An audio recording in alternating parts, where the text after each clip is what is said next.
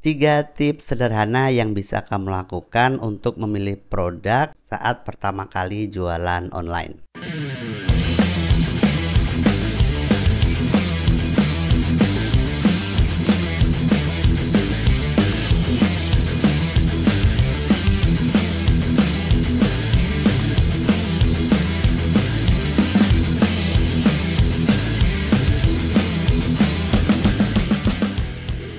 Tips ini saya dapatkan secara otodidak ya. Jadi kalau dicari di literasi mungkin bahasanya akan berbeda atau nggak ada. Saya juga nggak tahu teorinya gimana. Tapi tips ini saya dapatkan berdasarkan pengalaman saja setelah berjualan bertahun-tahun. Mungkin ini tuh hal yang simple atau hal yang sepele bagi orang yang sudah biasa jualan ya. Tapi untuk orang yang baru pertama kali jualan mungkin ini adalah hal yang sangat krusial dan sangat membingungkan. Saya pengen jualan tapi jualan apa ya?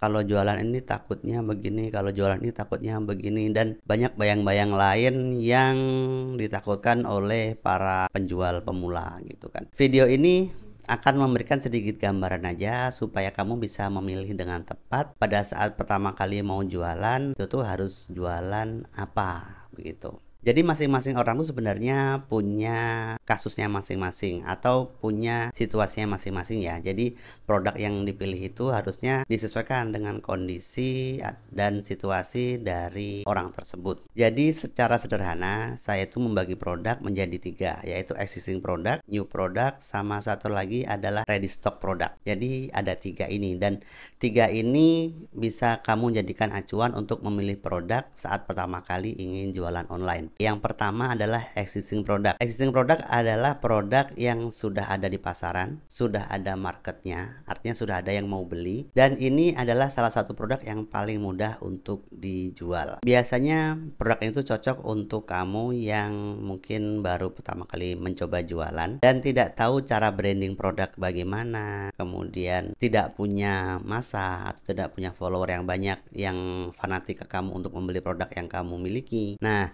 existing product itu menjadi salah satu solusi yang bisa kamu pilih untuk memulai jualan. Kenapa begitu? Karena dengan memilih produk yang sudah ada pasarnya, otomatis kamu tidak perlu lagi branding produknya susah-susah gitu kan. Tinggal kamu posting aja, pada saat ada orang butuh, orang akan membeli produk yang kamu miliki. Sebenarnya nggak segampang itu juga sih sebenarnya. Karena peperangan kompetitor untuk existing produk itu akan lebih sengit daripada new product. Secara otomatis ya, karena produk itu adalah produk yang memiliki customer banyak dan sudah eksis sekian lama, jadi otomatis penjualnya juga akan semakin banyak, artinya persaingannya akan semakin tinggi. Jadi tantangannya itu ada di proses kompetisinya, seperti itu. Nanti kita bahas di video lain bagaimana cara memenangkan kompetisi produk lah, biar nggak panjang. Selanjutnya yang kedua adalah new product. New product ini adalah produk yang kamu ciptakan sendiri atau kamu create dan kemudian kamu lempar ke market atau ke pasar. Jadi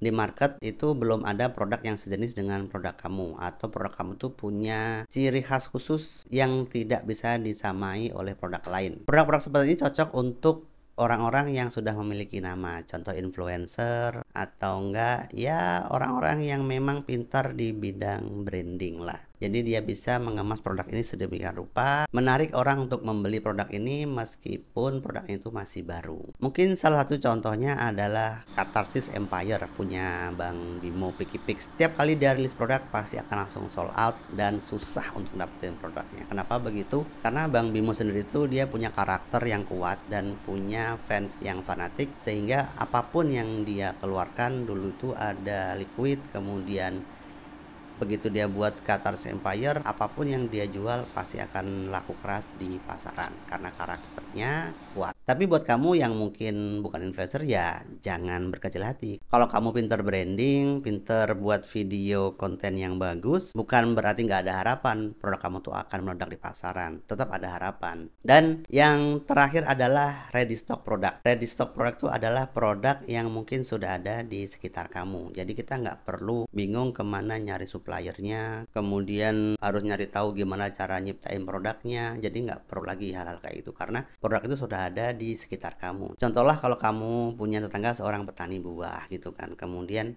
kamu bisa ngambil benih-benihnya dari buah-buah yang dia panen untuk kamu jual secara online. Atau kamu punya tetangga yang memang sudah jualan tapi secara offline gitu kan, kamu bisa pasarin produk dia untuk kamu jual secara online. Tantangannya adalah ya tergantung produknya lagi. Kalau produk itu existing produk, artinya tantangannya ada di kompetisinya.